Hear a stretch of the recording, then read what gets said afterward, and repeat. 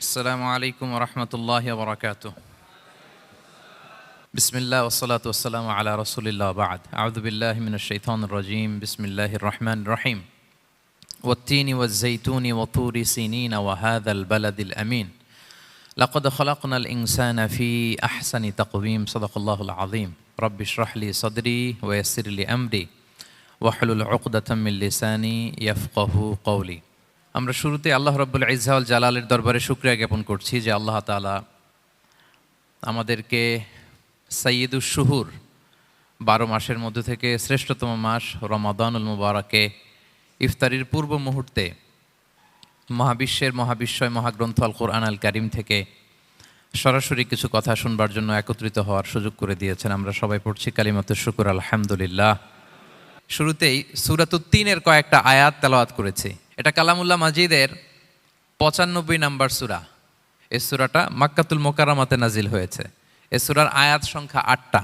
এই সূরার শুরুতে আল্লাহ তাআলা 4টা কসম করেছেন, ওয়াত-তিনি ওয়াজ-জাইতুনি ওয়া-তুরি সিনিনা ওয়া হাযাল বালাদিল আমিন। ওয়াত-তিন, তিনের কসম, ওয়াজ-জাইতুন, জাইতুনের কসম, ওয়া-তুরি সিনিন, সিনাই পর্বতের কসম, ওয়া হাযাল বালাদিল আমিন, আর এই নিরাপদ শহরের কসম। তো 4টা শপথ করেছেন বা আল্লাহ তাআলা কসম করেছেন। কসম দিয়ে আল্লাহ তাআলা কোরআনের অনেক সূরা শুরু করেছেন। যেমন একটা সূরায় আল্লাহ ফজরের সময়ের কসম করেছেন, আল্লাহ বলেছেন ওয়াল ফাজর। আল্লাহ আকাশের কসম করেছেন ওয়াস সামা ইযাতিল বুরুজ। আল্লাহ তাআলা সূর্যের কসম করেছেন ওয়াশ শামসি ওয়া দুহাহা। এভাবে আল্লাহ তাআলা তার সৃষ্টির অনেক কিছুর কসম করে গুরুত্বপূর্ণ কোনো মেসেজ বা বার্তা আমাদের সামনে হাজির করেন। তো এই সূরাতে আল্লাহ তাআলা 4টা জিনিসের কসম করে একটা খুবই গুরুত্বপূর্ণ বার্তা মানব মণ্ডলীর জন্য এই সূরাতে তিনি হাজির করেছেন। এই সূরাটা আমাদের অনেকেরই মুখস্থ আলহামদুলিল্লাহ, এবং আল্লাহ রাসূল সাল্লাল্লাহু আলাইহি ওয়াসাল্লাম প্রায় বিভিন্ন নামাজে এই সূরাটা তেলাওয়াত করতেন।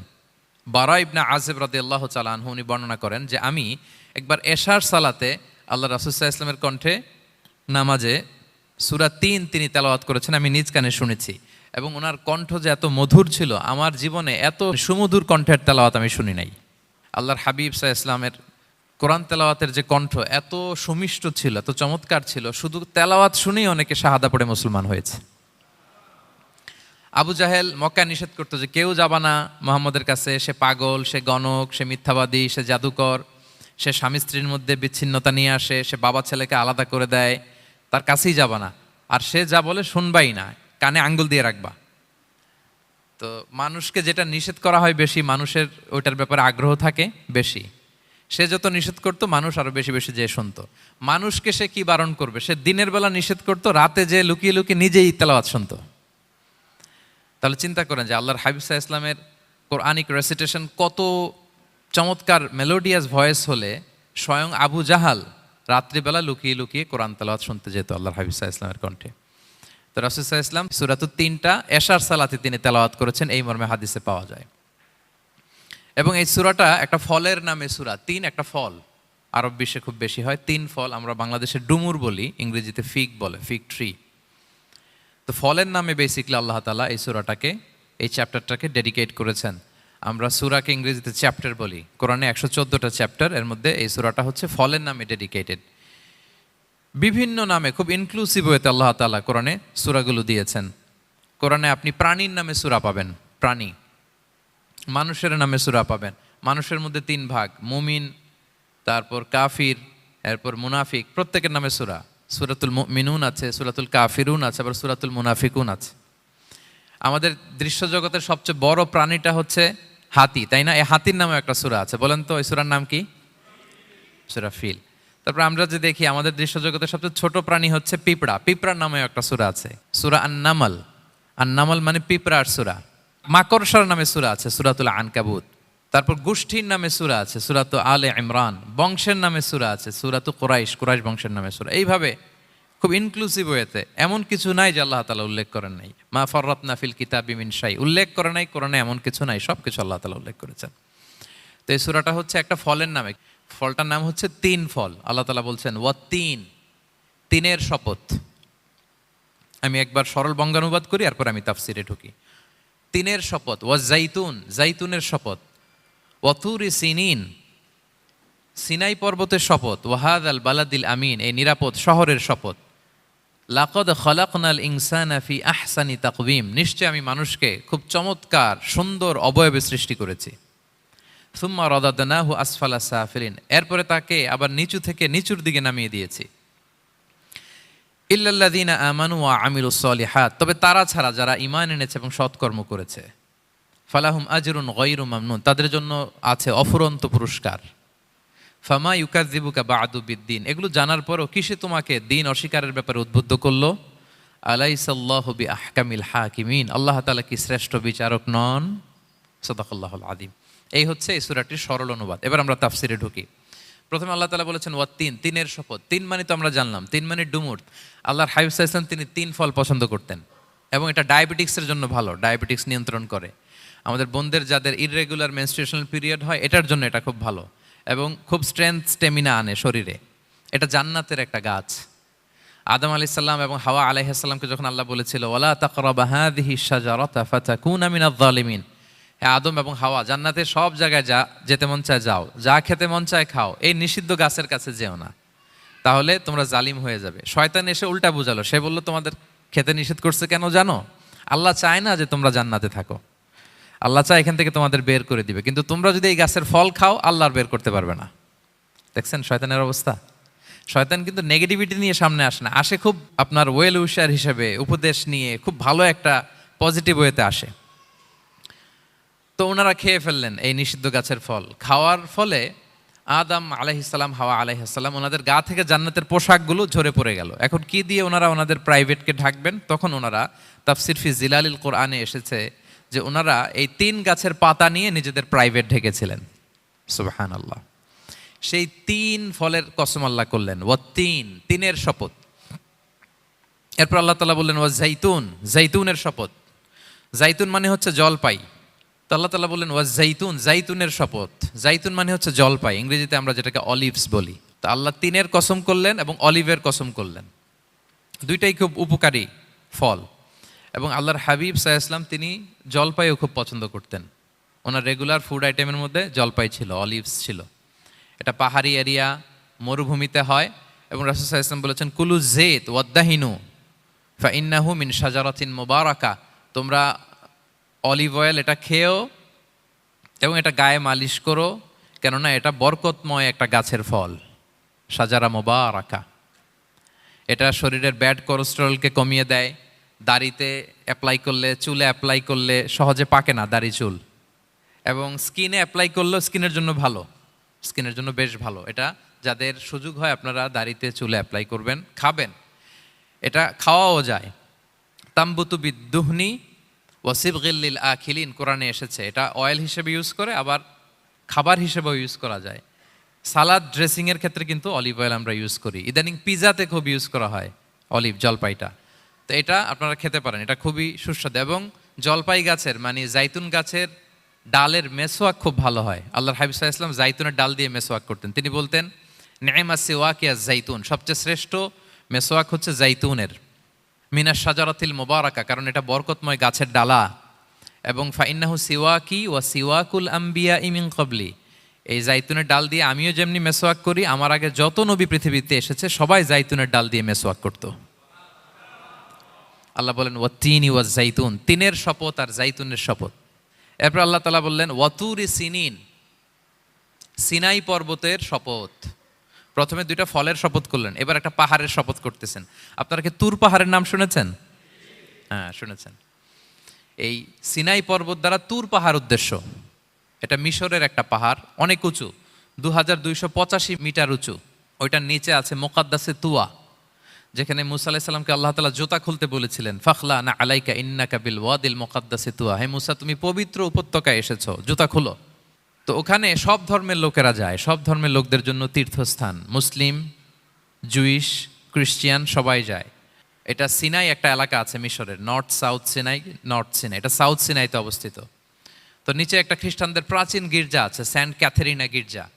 সেখান থেকে চলতে চলতে আপনাকে উপরে যেতে হবে, ফজরের পরে আবার চলে আসতে হবে, তা না হলে দুপুরবেলায় 10টা-11টার দিকে এমন সূর্যের প্রখর তাপ ওই পাথরের মধ্যে লাগে, ওখানে আর থাকা যায় না।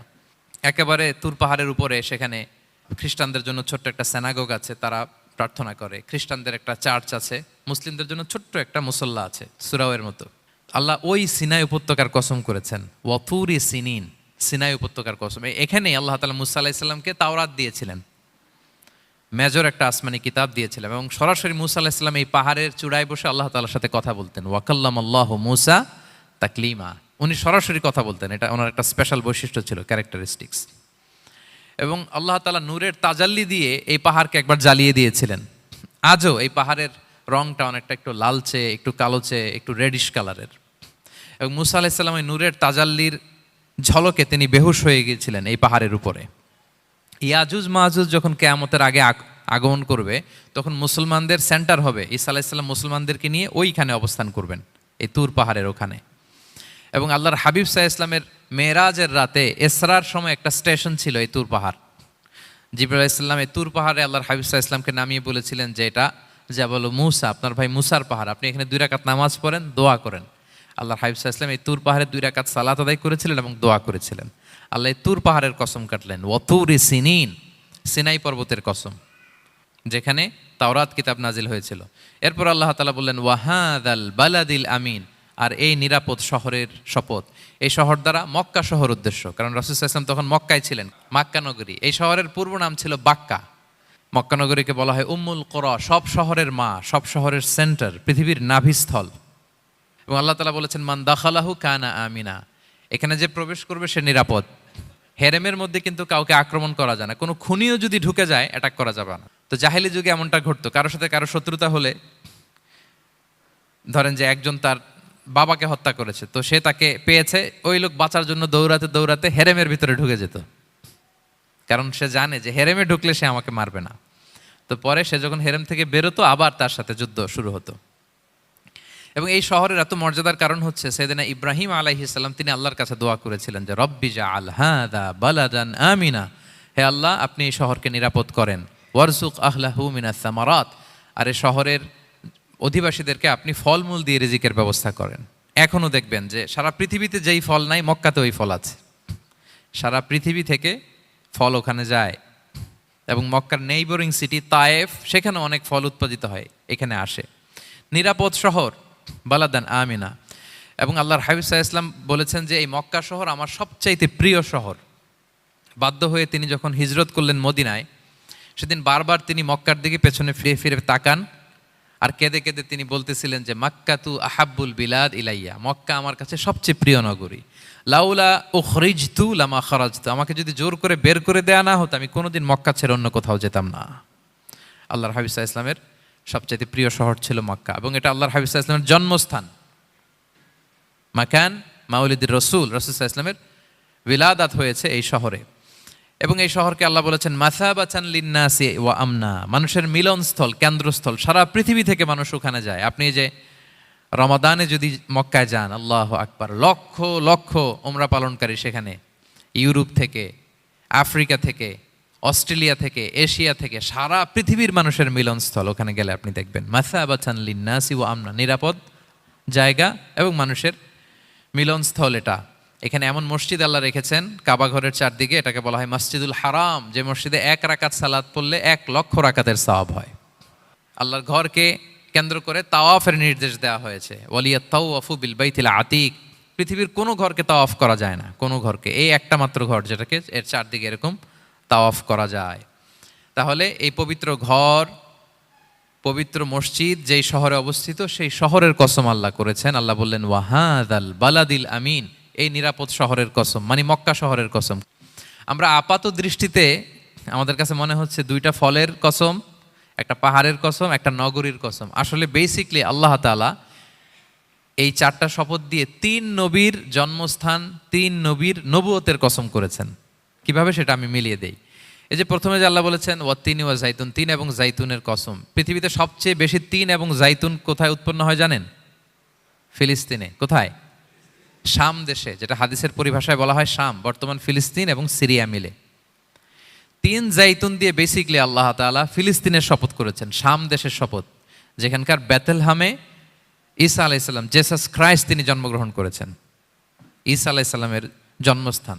তাহলে 3 জাইতুনের শপথের মাধ্যমে মূলত আল্লাহ তাআলা ঈসা আলাইহিস সালামের জন্মস্থানের শপথ করেছেন, কারণ সেখান থেকে ওহী বিচ্ছুরিত হয়েছে, ওনার কাছে ইনজিল নাজিল হয়েছিল। এবং এই শামের মর্যাদার ব্যাপারে অনেক কথা আল্লাহর হাবিব সাল্লাল্লাহু আলাইহি ওয়াসাল্লাম তিনি বলেছেন। আল্লাহ রাসূল সাল্লাল্লাহু আলাইহি ওয়াসাল্লাম যখন মেরাজে যান, তখন মক্কা থেকে এই শাম দেশে ফিলিস্তিনের বাইতুল মাকদাসে রাসূল সাল্লাল্লাহু আলাইহি ওয়াসাল্লামকে নিয়ে যাওয়া হয়েছিল। এবং রাসূল সাল্লাল্লাহু আলাইহি ওয়াসাল্লাম প্রায় বলতেন, তুবা আলি শাম, শামের জন্য বরকত, কেননা ফেরেশতারা তাদের রহমতের পাখা শাম দেশের উপর বিছিয়ে রেখেছে। এবং তিনি বলতেন, ফিতনার সময় আলাইকুম বিশাম, তোমরা শামে যেও, শামে থেকো। এবং তিনি দোয়া করেছেন, আল্লাহুম্মা বারিক লানা ফি শামিনা, আল্লাহ তুমি আমার শাম অঞ্চলে আল্লাহ তুমি বরকত দিও। এবং হাদিসে এসেছে এই শামই হচ্ছে আরদুল মাহশার, এখানেই হাসর হবে। শাম অঞ্চলকে বিস্তীর্ণ করে এখানেই ময়দানুল মাহশার আল্লাহ তাআলা কায়েম করবেন, হাসরের ময়দান এখানেই হবে। এবং সেখানেই হচ্ছে সানিউল কিবলাতাইন, আমাদের আগের কেবলা কিন্তু বাইতুল মাকদাসের দিকে ছিল, যেটা শামে অবস্থিত, ফিলিস্তিনে বাইতুল মুকাদ্দাস, যেই মসজিদে নামাজ পড়লে 1 রাকাতে 500 রাকাতের সওয়াব। 3টা মসজিদে সালাত পড়লে স্পেশাল ভার্চুর কথা আছে, এর বাইরে আর অন্য মসজিদের বিশেষ কোনো ফজিলত নাই, বাকি সব মসজিদ সমান। এক হচ্ছে মসজিদুল হারাম, 1 রাকাতে 1 লক্ষ রাকাত। 2 নম্বর মসজিদে নববী, 1 রাকাতে 1000 রাকাতের সওয়াব, আর একটা দুর্বল বর্ণনায় 50,000 রাকাতের সওয়াব। 3 নম্বরে এই মসজিদুল আকসা, 1 রাকাতে 500 রাকাতের সওয়াব। এই 3 মসজিদে যেন আমরা যে সালাত আদায় করতে পারি, আল্লাহ তুমি তৌফিক দান করো। 2 মসজিদে তো একেবারেই সহজ যাওয়া, মক্কা মদিনাতে। বাইতুল মাকদাসেও যেন আমরা যেতে পারি, আল্লাহ তুমি সেই পরিস্থিতি আমাদের জন্য তৈরি করে দাও। তো এই বাইতুল মাকদাসের দিকে রাসূল সাল্লাল্লাহু আলাইহি ওয়াসাল্লাম টানা 14 বছর নামাজ পড়েছেন। 14 বছর। প্রথম 13 বছর কোনো সমস্যা হয়নি মক্কায়, কারণ তখন কেবলা বাইতুল মুকাদ্দাস থাকলেও রাসূল সাল্লাল্লাহু আলাইহি ওয়াসাল্লাম সামনে রাখতেন কাবাকে। কেবলা বাইতুল মুকাদ্দাস, কিন্তু তিনি তো মক্কায় ছিলেন নবুয়তির প্রথম 13 বছর, সামনে কাবাকে রাখতেন, তারপরে টু দ্য ডাইরেকশন অফ বাইতুল মুকাদ্দাস। কিন্তু যখন মদিনায় গেলেন তখন তো আর কাবা নাই, তখন রাসূল সাল্লাল্লাহু আলাইহি ওয়াসাল্লাম কাবাকে মিস করতে আরম্ভ করলেন।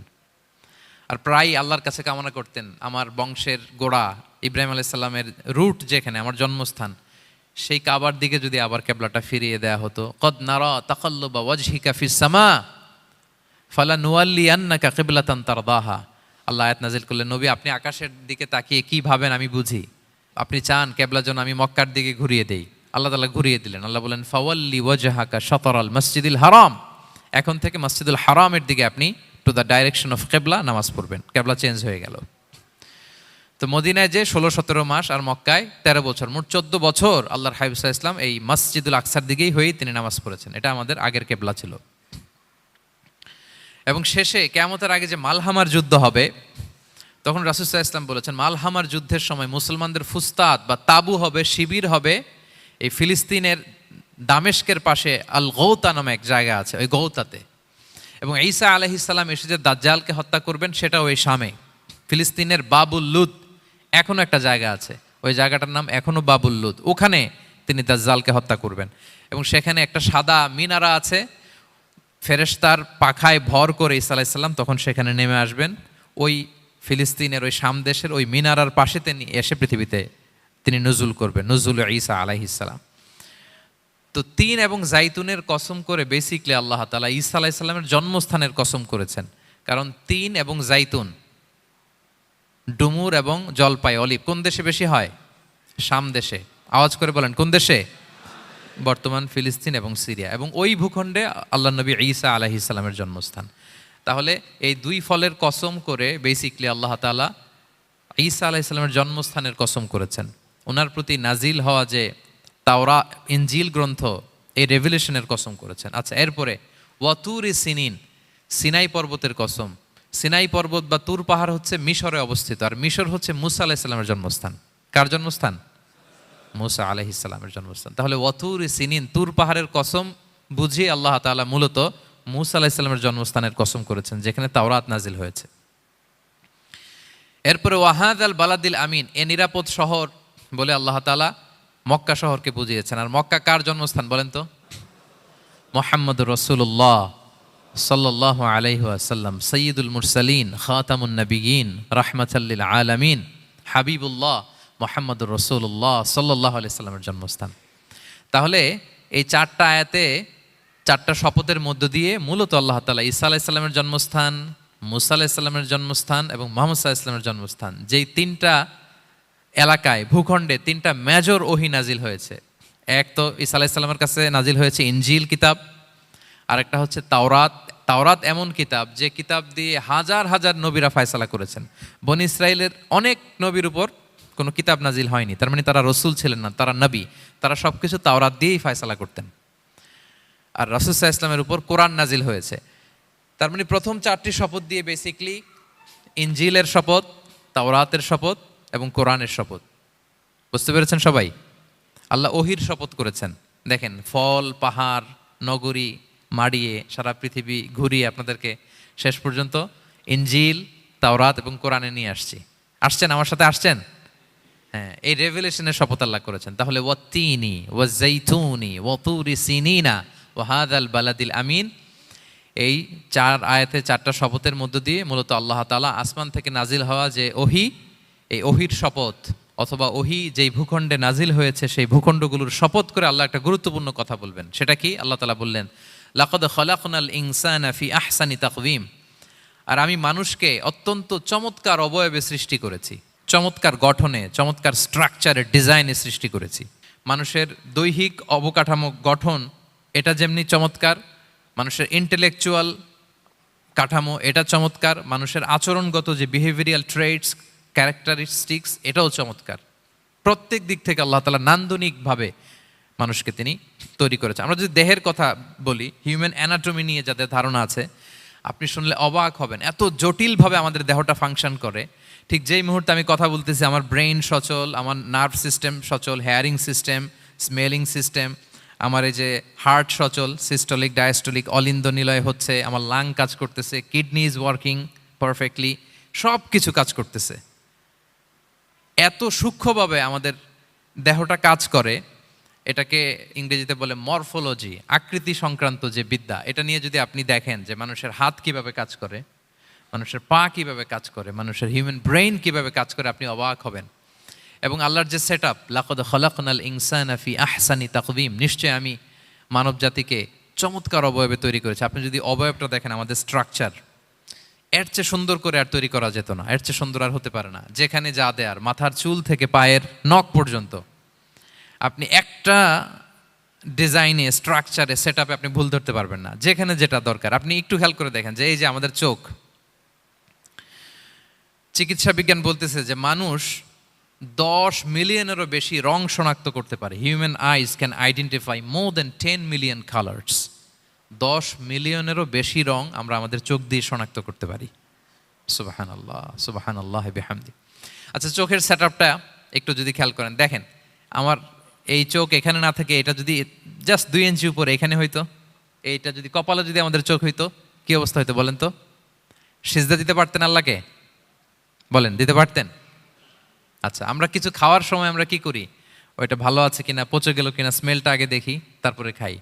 দেখেন কত চমৎকার সেট আপ। একটু খেয়াল করেন, এই নাকের সেট আপ যদি এইখানে না থাকে, আমাদের নাক যদি পেছনে থাকতো, খাওয়ার সময় খাবারটা বাসি কিনা, ভালো আছে কিনা কি করতেন? লাকাদ খালাকনাল ইনসানা ফি আহসানি তাকওয়িম। আচ্ছা দেখেন, এই যে আমরা কান দিয়ে শুনি, এই যে কান পেঁচানো, মনে করেন না যে এমনি এমনি পেঁচানো, এই পেঁচানো, এটা এই পথ না থাকলে আমরা শুনতেই পেতাম না। এটা এমনভাবে সেট আপ করা, এটা এই ইথারে ভাষা তরঙ্গকে এয়ার ড্রামের ভেতরে সুন্দরভাবে ইনপুট করে, নাহলে আমরা শুনতে পেতাম না। আপনার এই কান কেটে ফেলে দিলে আপনি শুনতে পারবেন না। এটা এইভাবেই যেতে হবে, সুরঙ্গটা এইভাবে তৈরি হইতে হবে। আচ্ছা দেখেন, আপনার কান, এই কান যদি এইখানে না থেকে আপনার ডান বগলের নিচে হইতো, বাম কান যদি বাম বগলের নিচে হইতো, তাহলে কি হইতো বলেন? আজকে আমার ওয়াজ কিভাবে শুনতেন বলেন দেখি? কিভাবে শুনতেন? বুদ্ধি আছে বলে যে হুজুর এইভাবে শুনতাম। সুবহানাল্লাহ, সুবহানাল্লাহ। লাকাদ খালাকনাল ইনসানা ফি আহসানি তাকওয়িম, আমি মানুষকে সবচেয়ে সুন্দর সর্বোত্তম গঠনে তৈরি করেছি। দেখেন, কান দুইটা ওইখানে থাকলে কথা শুনতে হইলে হাত উঁচু করে রাখা লাগতো। আল্লাহ, আপনি একটা একটা অঙ্গ দেখেন, ঠিক যেখানে যেটা যেভাবে সেট করা দরকার, আল্লাহ তাআলা দয়া করে অনুগ্রহ করে ঠিক সেভাবে তিনি সেট করেছেন। আমাদের চেহারার মধ্যে দেখেন এক একজনের এক এক রং। ওয়াখতিলাফু আলসিনাতিকুম ওয়া আলওয়ানিকুম ইন্না ফি যালিকা লাআয়াতুন লিল আলিমিন। আল্লাহ বলেন, তোমাদের ভাষার ভিন্নতা দিয়েছি, তোমাদের গায়ের রঙের ভিন্নতা, একজনের চেহারার সাথে আরেকজনের মিল নাই, একজনের ফিঙ্গারপ্রিন্টের সাথে। আয়াহসাবুল ইনসানু আল্লান নাজমাআ ইযামা বালা কাদিরিনা আলা আন নুসাউইয়া বানানা। মানুষ ভেবেছে সে মারা গেলে তাকে আমি তার অস্থি, মজ্জা, হাড়, গোশত, চামড়া জোড়া লাগাতে পারবো না। আরে তার আঙ্গুলির অগ্রভাগ পর্যন্ত আমি সুবিন্যস্ত করে আমার কাছে রেখে দিয়েছি ফিঙ্গারপ্রিন্ট। আমাদের ফিঙ্গারপ্রিন্টগুলো আল্লাহর কাছে সংরক্ষিত। একজনের ফিঙ্গারপ্রিন্টের সাথে আরেকজনেরটা মেলে না। এই যে আমার 10 আঙ্গুলে 10টা ফিঙ্গারপ্রিন্ট, পায়েরগুলো হচ্ছে ফুটপ্রিন্ট, একটার সাথে আরেকটা মিলে? আমার এটার সাথে এটা মিলবে বলেন? আমার সাথে আপনারটা মিলবে? বর্তমানে পৃথিবীতে কত কোটি মানুষের বসবাস বলেন? এই যত মানুষ পৃথিবীতে আছে, একজনের আঙ্গুলের ছাপের সাথে, এই যে বায়োমেট্রিক্যাল অথেন্টিকেশন যে আমরা করি, একজনের ফিঙ্গারপ্রিন্টের সাথে আরেকজনের ফিঙ্গারপ্রিন্টের মিল নাই। একজনের ফুটপ্রিন্টের সাথে ফুটপ্রিন্ট মিল, ইভেন একজনের আই প্রিন্টের সাথে।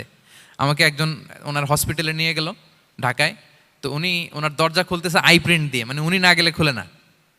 উনি আর ওনার খুব কাছের স্টাফ, এটা গুরুত্বপূর্ণ একটা অফিস, তো উনি চোখ দিল, আই প্রিন্ট নিল, এরপরে দরজা খুলে যাচ্ছে।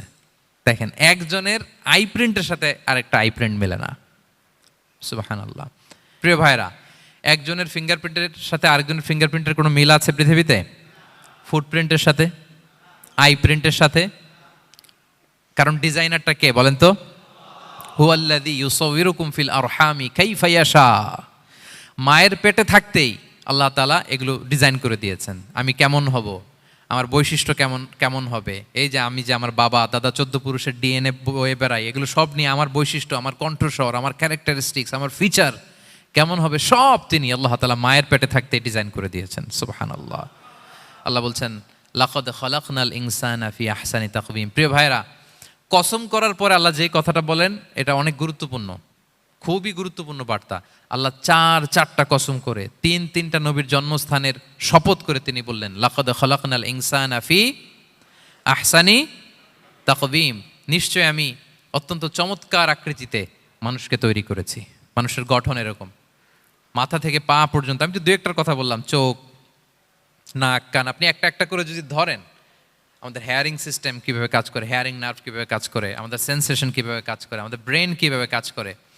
আমাদের এক একজনের ব্রেন 1.5 কেজি ওজন, 3 পাউন্ডের মতো একটা সুস্থ মানুষের অ্যাভারেজ ব্রেনের ওজন। এই ব্রেনের মেমোরি হচ্ছে 2.5 মিলিয়ন গিগাবাইট। আপনার মোবাইলে স্পেস কত বলেন, মেমোরি কত? হ্যাঁ, 512 জিবি। আর আমার আর আপনার ব্রেইনের যে মেমোরি, এই মেমোরি হচ্ছে 2.5 মিলিয়ন গিগাবাইটস। আল্লাহ, এই যে প্রতি মুহূর্তে আমাদের নিউরন কানেক্টিভিটি হচ্ছে, ব্রেনের স্নায়ুগুলোর যত কানেক্টিভিটি হয়, যত আমরা চিন্তা করে ব্রেনকে খাটাই, নতুন নতুন জিনিস আমরা তৈরি করতে পারি। এবং এমনভাবে আল্লাহ তাআলা এমন সফিস্টিকেটেড ব্রেইন আল্লাহ মানুষকে দিয়েছে, মানুষ পারে না এমন কিছু নাই। মানুষ যা কল্পনা করতে পারে মানুষ তা করে দেখাতে পারে। এজন্য আমাদের কল্পনার জানালাটাকে বড় করতে হবে। আই রিপিট, মানুষ যা কল্পনা করতে পারে, ইমাজিন করতে পারে, সেটা মানুষ করে দেখাতে পারে। ওই ক্যাপাসিটি দিয়ে আল্লাহ তাআলা মানুষকে তৈরি করেছেন। সুবহানাল্লাহ, সুবহানাল্লাহ। লাকাদ খালাকনাল ইনসানা ফি আহসানি তাকওয়িম। এই ব্রেনকে খাটিয়ে মানুষের কত ইনভেনশন, কত ডিসকভারি, মানুষ সভ্যতার পর সভ্যতা বিনির্মাণ করেছে। চোখ ধাঁধানো মানুষের আবিষ্কার, তাক লাগিয়ে দিয়েছে গোটা বিশ্বে একটার পর একটা করে। আল্লাহ এমনভাবে মানুষকে তিনি তৈরি করেছেন। লাকাদ খালাকনাল ইনসানা ফি আহসানি তাকওয়িম। চমৎকার অবয়বে, তার দৈহিক অবয়ব যেমনি সুন্দর, তার বুদ্ধিগত, তার চিন্তাগত, তার ইন্টেলেক্ট, এটাও তেমন সুন্দর, এটাও তেমন চমৎকার। পৃথিবীর কোনো প্রাণীকে আল্লাহ তাআলা এরকম হিউম্যান ব্রেনের মতো এরকম সফিস্টিকেটেড ব্রেন দিয়ে, ইন্টেলেক্ট দিয়ে তৈরি করেনি। এজন্য সব প্রাণী থেকে মানুষ আলাদা। সব প্রাণী থেকে মানুষের চিন্তা, বিবেক, বুদ্ধি এগুলো আলাদা। তাহলে দেখেন, মানুষের শ্রেষ্ঠত্ব মূলত এগুলোর দ্বারা। মানুষ যদি তার চিন্তা, বিবেক, বুদ্ধি খাটায়, সে শ্রেষ্ঠ হয়ে যায়। আমি একটা কথা প্রায় বলি যে মানুষ যদি ভালো হয় সে ফেরেশতার চেয়েও ভালো, আর মানুষ যদি খারাপ হয় সে পশুর চেয়েও নিকৃষ্ট। আল্লাহ বলেন উলাইকা কাল আনআমি বাল হুম আদাল লাহুম কুলুবুল লা ইয়াফকাহুনা বিহা ওয়া লাহুম আ'য়ুনুল লা ইউবসিরুনা বিহা ওয়া লাহুম আযানুল লা ইয়াসমাউনা বিহা উলাইকা কাল আনআমি বাল হুম আদাল। তাদের হৃদয় আছে, ওটা দিয়ে অনুধাবন করে না সত্যকে। চোখ আছে, ওটা দিয়ে সে সত্যটা দেখে না। কান আছে, হকের কথা শোনে না। উলাইকা কাল আনআম, আল্লাহ বলেন তারা প্রাণীর মতো, চতুষ্পদ জন্তুর ন্যায়। শুধু অতটুকুই না, বালহুম আদাল, তারা তার চেয়েও নিকৃষ্ট, তার চেয়েও নিকৃষ্ট। তাহলে মানুষ ভালো হলে সে ফেরেশতাকে ছাড়িয়ে যায়, আর মানুষ নিকৃষ্ট হলে সে পশুত্বকে হার মানায়। কথা বুঝতে পেরেছেন? মানে আমরা ভালো হলে সবচেয়ে ভালো, খারাপ হলে সবচেয়ে খারাপ। একটা পশু আর একটা পশুকে হত্যা করে কেটে 20 টুকরা করছে, এরকম কোনো নিউজে আসছে কোনোদিন? কিন্তু আশরাফুল মাখলুকাত মানুষ তার মতো রক্তে মাংসে গড়া আরেকটা মানুষকে নির্মমভাবে হত্যা করে কেটে 20 টুকরা করে বস্তাবন্দি করে ডোবার মধ্যে ফেলে রাখছে। এরকম নিউজ আছে না বলেন? আছে। মানুষ তার মতো একটা মানুষকে নির্মমভাবে হত্যা করে। এরকমও তো আছে যে কেরোসিন দিয়ে তার মতো আরেকটা মানুষকে সে জ্বালিয়ে দিয়েছে, আছে না নাই বলেন? গ্রামের পর গ্রাম জ্বালিয়ে দেয়, জনপদের পর জনপদ ধ্বংস করে দেয়, বোমা মেরে শহর উড়িয়ে দেয়। লিটল বয় মেরেছিল আমেরিকান সোলজাররা জাপানের হিরোশিমা শহরের উপর। আমি হিরোশিমা তো গত বছর ভিজিট করে আসলাম, আমি নিজে দেখে এসেছি যে এখানে বোমটা মেরেছে। মুহূর্তের মধ্যে পুরো শহর ভ্যানিশ, এমন রেডিয়েশন। তো যেই আমেরিকান পাইলট বোমা মারতেছে সেও মানুষ, সেও কি? আর যাদেরকে ধ্বংসের জন্য এই লিটল বয় মারলো হিরোশিমাতে আর ফ্যাটম্যান মারলো নাগাসাকিতে, এরাও কি? তাহলে দেখেন, মানুষ তার মতো আরেকটা মানুষকে এরকম মেরে টুকরো টুকরো কুচি কুচি করতে সে দ্বিধাবোধ করে না। আল্লাহ! মানুষ গণহত্যা চালায়, জেনোসাইড। এই যে আমাদের বাংলাদেশে তো কিছুদিন আগে হলো গণহত্যা, হেলিকপ্টার থেকে গুলি করে বাচ্চা মেরে ফেলতেছে। কার বাচ্চা, কার কলিজার টুকরা সন্তান, ডোন্ট কেয়ার। জনগণের টাকায়, ট্যাক্সের টাকায় কেনা বুলেট, হেলিকপ্টার দিয়ে জনগণকে, ছাত্রদেরকে হত্যা করা হয়েছে। দেখেন, সেও মানুষ। যারা হত্যা করতেছে, গণহত্যা, জেনোসাইড চালিয়েছে, তারাও মানুষ। তাহলে মানুষ যদি খারাপ হয়, মানুষের চেয়ে খারাপ আর কেউ হয়? আর মানুষ ভালো হলে মানুষের চেয়ে ভালো কেউ হতে পারে? মানুষ এমন জায়গায় যেতে পারে যেখানে ফেরেশতারাও যেতে পারে না। জিবরাইল আলাইহিস সালামের যাওয়ার সীমানা যেখানে শেষ, মুহাম্মদ সাল্লাল্লাহু আলাইহি ওয়াসাল্লামের ঊর্ধ্ব জগতের কাহিনী সেখান থেকে শুরু। আল্লাহু আকবার। তাহলে মানুষ ভালো হলে ফেরেশতাকে ছাড়ায়, মানুষ খারাপ হলে পশুত্বকে হার মানায়। So the decision is yours. রাস্তা দুইটা, আপনি কোন দিকে যাবেন? আপনি কি ডান দিকে জান্নাতের পথে যাবেন নাকি বাঁ দিকে জাহান্নামের পথে যাবেন? সিদ্ধান্ত আপনার। আল্লাহ তাআলা বললেন, লাকাদ খালাকনাল ইনসানা ফি আহসানি তাকওয়িম। আমি মানুষকে চমৎকার আকৃতিতে তৈরি করেছি। হাতের মেকানিজম কি, পায়ের মেকানিজম কি, আমার চেয়ে আপনারাও ভালো জানেন। এগুলো ঘন্টার পর ঘন্টা আপনি বলতে পারবেন যে কেমন ভাবে আল্লাহ তাআলা তৈরি করেছেন। আল্লাহ বলেন, মানুষকে আমি অত্যন্ত চমৎকার আকৃতি দিয়ে তৈরি করেছি। তার সৃষ্টিগত কাঠামো, তার বুদ্ধিবৃত্তিক কাঠামো, তার চিন্তাগত কাঠামো, তার আচরণগত কাঠামো, তার নৈতিকতায় তাকে এমন উচ্চ মর্যাদার আসন আমি দিয়েছি, এটা যদি সে অ্যাচিভ করে, বিলং করে, তাহলে তার চেয়ে শ্রেষ্ঠ কেউ আর হতে পারে। কিন্তু আল্লাহর দেয়া এই ক্যাপাসিটিগুলো, এই নেয়ামাগুলো যদি সে অ্যাকসেপ্ট না করে, সে যদি পশুত্বের পথে হাঁটে, সে যদি শয়তানের দেখানো পথে হাঁটে, তাহলে সে এত নিচে যাবে, অন্য কেউ আর এত নিচে যেতে পারে না।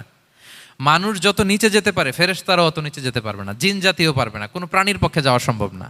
তাহলে মানুষকে আল্লাহ তাআলা এমন সফিস্টিকেটেড ওয়েতে তৈরি করেছেন, চাইলে সে সবার উপরে যেতে পারে। আবার চাইলে আল্লাহর দেয়া নেয়ামতগুলোকে যদি সে ভিন্ন খাতে প্রবাহিত করে, সে সবচেয়ে নিকৃষ্ট হতে পারে। সেটাই আল্লাহ বললেন, সুম্মা রাদাদনাহু আসফালা সাফিলিন। এরপরে তাকে আমি হীন থেকে হীনতর করেছি, নিচ থেকে আরো নিচে নিয়েছি। সে যখন ঈমান আনে না, সে যখন সৎকর্ম করে না, সে যখন আল্লাহর শেখানো, আল্লাহর দেখানো রাস্তায় সে চলে না, সে যখন তার নফসের কথা শুনে, সে যখন তার প্রবৃত্তির গোলাম সাজে, সে সবচেয়ে নিকৃষ্ট হয়। আসফালা সাফিলিন মানে একেবারে নিচে, এর নিচে আর নাই। আল্লাহ বলেছেন, ইন্নাল মুনাফিকিনা ফি দারকিল আসফালি মিনান নার। সেখানে আল্লাহ আসফাল বলেছেন। মুনাফিকরা জাহান্নামের একেবারে তলদেশে থাকবে। তাই মানুষ যদি ঈমান আর সৎকর্মের বলে বলিয়ান না হয়, সে এত খারাপ হয়, কেউ এত নিচে যেতে পারে না। বলেন, মানুষ যত নিচে যেতে পারে, জিন তত নিচে যেতে পারবে? ফেরেশতারা পারবে না। আর মানুষ যত উপরে যেতে পারে, ফেরেশতারা এত উপরে যেতে পারবে না। সো দুইটারই সুযোগ আপনার আছে। সুম্মা রাদাদনাহু আসফালা সাফিলিনের দুইটা ব্যাখ্যা। কোনো মুফাসসির বলেছেন, যৌবনের পর, যৌবনে থাকে শক্তিশালী, বার্ধক্যের সময় যখন সে নুয়ে যায়, ছোট হয়, সে একেবারে দুর্বল হয়ে যায়, সেটা বোঝানো হয়েছে।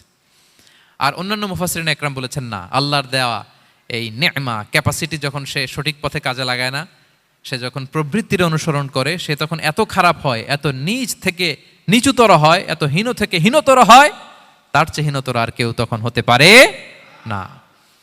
সেখান থেকে বাঁচার দুটি রাস্তা আল্লাহ বলেছে। আল্লাহ বলছেন, ইল্লাল্লাযীনা আমানু ওয়া আমিলুস সলিহাত। তবে যারা ঈমান আনে এবং সৎকর্ম করে তারা ছাড়া। তারা ওই নিচু থেকে নিচুতর নয়, তারা শ্রেষ্ঠতর। ঈমান এবং সৎকর্ম, ঈমান এবং আমলে সালেহাত। কোরআনের অনেক জায়গায় আপনি আয়াতটা পাবেন, ইন্নাল্লাযীনা আমানু ওয়া আমিলুস সলিহাতি কানাত লাহুম জান্নাতুল ফিরদাউসি নুজুলা। নিশ্চয়ই যারা ঈমান এনেছে, সৎকর্ম করেছে, তাদের জন্য আমি জান্নাতে ফেরদাউস রেখে দিয়েছি। তো আল্লাহ বলেন তারা নিকৃষ্ট হবে না যারা ঈমান এনেছে, সৎকর্ম করেছে। যারা কি এনেছে? ঈমান। আর কি করেছে? সৎকর্ম করেছে। ইল্লাল্লাযীনা আমানু, যারা ঈমান এনেছে, সৎকর্ম করেছে, ফালাহুম আজরুন গায়রু মামনুন, তাদের জন্য রয়েছে অফুরন্ত পুরস্কার, মানে জান্নাত। তাদের জন্য কি? ওই জান্নাতে যেতে আমরা চাই কি চাই না বলেন? রাস্তা কয়টা? এটা চলে গেছে ডান দিকে, এটার গন্তব্য হচ্ছে ডেস্টিনেশন জান্নাতুল ফেরদাউস। আর এটা শয়তানের পথ, এটা আপনার প্রবৃত্তির দেখানো পথ, এটা চলে গিয়েছে জাহান্নামে। So now the decision is years. আপনার ডিসিশন, কোন দিকে যাবেন, ডানে না বায়ে? জান্নাতে না জাহান্নামে? জান্নাতে যেতে চাই আমরা। ফালাহুম আজরুন গায়রু মামনুন, তাদের জন্য আছে অফুরন্ত নেয়ামত, অফুরন্ত পুরস্কার। আমরা যেন সেই পুরস্কার লাভে ধন্য হতে পারি, আমরা সবাই বলি আমিন। আল্লাহ বলেন এইভাবে 4টা কসম করার পরে, এত গুরুত্বপূর্ণ বার্তা হাজির করার পরে, তোমার ঘুমন্ত বিবেককে জাগিয়ে তোমাকে বার্তা দেওয়ার পরেও কিভাবে তুমি অস্বীকার করতে পারো আখিরাতকে? ফামা ইউকাযযিবুকা বা'দু বিদ্দিন, এরপরেও কোন বিবেকে, কোন আকলে, কোন সাহসে তুমি কর্মফল দিবসকে অস্বীকার করো? কোন সাহসে? এখানে দিন দ্বারা উদ্দেশ্য কর্মফল। ভালো করলে যে ভালো পাবে, খারাপ করলে যে খারাপ পাবে। দিনের অনেক অর্থ, এটার তাফসিরে গেলে সময় কুলাবে না। ফামা ইউকাযযিবুকা বা'দু বিদ্দিন, এরপরেও কর্মফলকে অস্বীকার করার সাহস তুমি কোত্থেকে পাও? কিসে তোমাকে উদ্বুদ্ধ করে কর্মফল দিবসকে অস্বীকার করতে? আলাইসাল্লাহু বিআহকামিল হাকিমিন, আল্লাহ তাআলা কি শ্রেষ্ঠ বিচারক নন? সূরা আবু দাউদে আল্লাহর হাবিব সাল্লাল্লাহু আলাইহি ওয়াসাল্লাম বলেন, কেউ যদি সূরাতুত তিন তেলাওয়াত করে, করতে করতে যদি শেষ আয়াতে চলে আসে, আর সে যখন পড়ে আলাইসাল্লাহু বিআহকামিল হাকিমিন, আল্লাহ তাআলা কি শ্রেষ্ঠতম বিচারকদের মধ্যে সর্বশ্রেষ্ঠ বিচারক জাজ নন, তখন সে যেন উত্তর দেয়, এটা তো আল্লাহর প্রশ্ন। আলাইসাল্লাহু বিআহকামিল হাকিমিন, আল্লাহ আমাদেরকে প্রশ্ন ছুড়ে দিয়েছেন যে আল্লাহ তাআলা কি শ্রেষ্ঠ বিচারক নন? তখন যে তেলাওয়াত করে সে যেন বলে বালা বালা ওয়া আনা আলা যালিকা মিনাশ শাহিদিন। বালা মানে অবশ্যই, হ্যাঁ আল্লাহ অবশ্যই আপনি শ্রেষ্ঠ বিচারক, আর আপনি যে শ্রেষ্ঠতম বিচারকের সাক্ষী আমি দিচ্ছি, এই ঘোষণা আমি দিচ্ছি। পড়েন সুবহানাল্লাহ। আপনি দেখবেন মসজিদুল হারামে, হারামুল মাক্কিতে যখন তেলাওয়াত করে ইমাম সাহেবরা, এই আয়াতের পরেই যদি রুকুতে যায়, দেখবেন ফিস ফিস করে বলে যে বালা বালা ওয়া আনা আলা যালিকা মিনাশ শাহিদিন। আমি নিজে শুনেছি, দেখবেন ওনার এটা পরে, কারণ আল্লাহ এখানে প্রশ্ন ছুড়ে দিয়েছেন। আর উত্তর হিসেবে বলতে হবে বালা ওয়া আনা আলা যালিকা মিনাশ শাহিদিন, আল্লাহ অবশ্যই আপনি শ্রেষ্ঠ বিচারক। আল্লাহর চাইতে শ্রেষ্ঠ বিচারক আর হতে পারে? আমরা কত লাকি যে আল্লাহর আহকামুল হাকিমিন হিসেবে বিচারক পেয়েছি।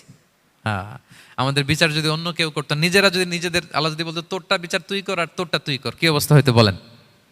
যার সাথে যার শত্রুতা আছে ওইখানে দেখাই দিত। কিন্তু আমরা বিচারক হিসেবে পেয়েছি কাকে? আল্লাহ কি পার্সিয়ালিটি করবে বিচারে? স্বজনপ্রীতি করবে? কারো উপর জুলুম করবে? কাউকে ঠকাবে? আল্লাহ বলেন ওয়ামা আনা বিযাল্লামিল লিল আবিদ, আমি কখনো আমার বান্দার উপর জুলুম করি না, জুলুম করি না। নাদাউল মাওয়াজিনাল কিসতা লিয়াউমিল কিয়ামা, কিয়ামতের দিন আমি মিজান নামে এমন এক ন্যায় বিচারের মানদণ্ড স্থাপন করব, ফালা তুযলামু নাফসুন শাইআ, এক বিন্দু পরিমাণ কেউ মাজলুম হবে না, এক বিন্দু পরিমাণ কেউ মাজলুম হবে না। এজন্য দুনিয়াতে যদি বিচার না পান, আল্লাহর দরবার বিচারটা দিয়ে রাখেন, সেদিন বিচার হবে। আহকামুল হাকিমিন আপনারা ঠকাবে না। দুনিয়াতে বিচার পান নাই, মাজলুম হয়েছেন, মানুষ ভুল বুঝছে, কেউ আপনারে ঠিক মতো বুঝে নাই, আপনার কথাটা কাকে বলবেন? বিপদে পড়লে, ক্রাইসিস মোমেন্টে কাকে শেয়ার দিবেন? না ফেসবুকে শেয়ার দিবেন? আমরা তো ফেসবুকে শেয়ার দিয়ে দিই এখন। ফেসবুকে শেয়ার দেওয়ার আগে, বন্ধুকে শেয়ার দেওয়ার আগে, স্ত্রীর কাছে শেয়ার করার আগে, আমার সমস্যার কথা আগে শেয়ার করব কাকে? কারণ আলাইসাল্লাহু বি আহকামিল হাকিমিন, আল্লাহ বলছেন আমি কি শ্রেষ্ঠ বিচারক নই? বালা বালা ইয়া রব ওয়া আনা আলা যালিকা মিনাশ শাহিদিন, অবশ্যই আল্লাহ আপনি শ্রেষ্ঠ বিচারক। ক্লিয়ার হয়েছে না সবার কাছে? শপথ কয়টা ছিল? 4টা। মূলত নবুয়তের শপথ, তাই না? নবুয়ত আমাদের জন্য সবচাইতে বড় নেয়ামত। কারণ নবীরা যদি আমাদেরকে এই তথ্যগুলো না দিতেন, আমরা জান্নাত জাহান্নাম চিনতাম? ভাইরা বলেন তো, আখেরাত চিনতাম? এই যে আখেরাত হবে, পুলসিরাত হবে, day of judgement, day of accountability, আল্লাহর সুপ্রিম কোর্টের কাঠ গড়ায় পাই টু পাই হিসাব দিতে হবে, নবীরা না এসে বললে আমরা এত বুঝতাম না। নবীরা জান্নাত জাহান্নাম চিনিয়েছে, আল্লাহর বিশদ পরিচয় আমাদের সামনে তুলে ধরেছে। আখিরাতের পরিচয়, লাইফ আফটার ডেথ কিরকম হবে, সবকিছু আমাদের কাছে তুলে ধরেছে। সো নবুয়ত আল্লাহ তাআলার পক্ষ থেকে অনেক বড় নেয়ামত। 2 নম্বর নেয়ামত হচ্ছে আল্লাহ তাআলা আমাদেরকে যে ক্যাপাসিটি দিয়েছে, বুদ্ধিমত্তা, ইন্টেলেক্ট, বিচার বিশ্লেষণ, যেটা দিয়ে আমরা অন্যান্য সব প্রাণী থেকে আলাদা, এটাও আল্লাহর বড় নেয়ামত। এই নেয়ামতের শুকরিয়া যেন আমরা করি। এবং আমি যেটা বলেছি, মানুষ যেটা কল্পনা করতে পারে সেটা সে করেও দেখাতে পারে। সো আল্লাহ তাআলা যাকে যেই কোয়ালিটি দিয়েছে, ক্যাপাসিটি দিয়েছে, আমরা যেন এই নেয়ামতের শুকরিয়া করি। নেয়ামতের শুকরিয়া করলে এই নেয়ামত দেওয়ার ধারাবাহিকতা এটা বাড়িয়ে দেয় কে? লা ইন শাকারতুম লা আযীদান্নাকুম ওয়া লা ইন কাফারতুম ইন্না আযাবি লাশাদীদ। শুকরিয়া করলে নেয়ামত আরো বাড়িয়ে দেব। তাহলে প্রথম নেয়ামত ছিল নবুওয়াত, প্রফেটহুড, প্রফেসি, এটা অনেক বড় নেয়ামত। এই রেভেলেশন এসে আমাদেরকে এনলাইটেন করেছে। তা না হলে আমাদের গডকে, গডের ফিচার কি, আখেরাত কি, জান্নাত কি, জাহান্নাম কি, the concept of punishment, concept of আখেরা, কিছুই আমরা ভালোভাবে বুঝতাম না। এটার শপথ আল্লাহ করেছেন। আল্লাহ আমাদেরকে নেয়ামত দিয়েছেন, ক্যাপাসিটি দিয়েছেন, সক্ষমতা দিয়েছেন, সবচাইতে সফিস্টিকেটেড ব্রেন দিয়ে তৈরি করেছেন। এটা একটা বড় নেয়ামত। এবং রাস্তা দেখিয়ে দিয়েছেন, হয় ডানে নয় বায়ে। এবং তিনি আশ্বাস দিয়েছেন যে তোমাদেরকে সঠিক ফায়সালার মাধ্যমে বিচার করা হবে সেদিন। তাই আমাদের বিপদে আপদে সব সময় আমরা যেন ফরিয়াদ করি এক মহান সত্তার কাছে। বলুন তো আওয়াজ করে, তিনি কে? আল্লাহর কাছে যেন আমরা ফরিয়াদ করি। আল্লাহ তাআলা আমাদের সবাইকে কথাগুলো বুঝার ও আমল করার তৌফিক দান করুক। হাযা মা ইনদি ওয়াল ইলমু ইনদাল্লাহি আলাইহি তাওয়াক্কালতু ওয়া ইলাইহি উনীব। সুবহানাকাল্লাহুম্মা ওয়া বিহামদিকা আশহাদু আল্লা ইলাহা ইল্লা আনতা আস্তাগফিরুকা ওয়া আতুবু ইলাইক।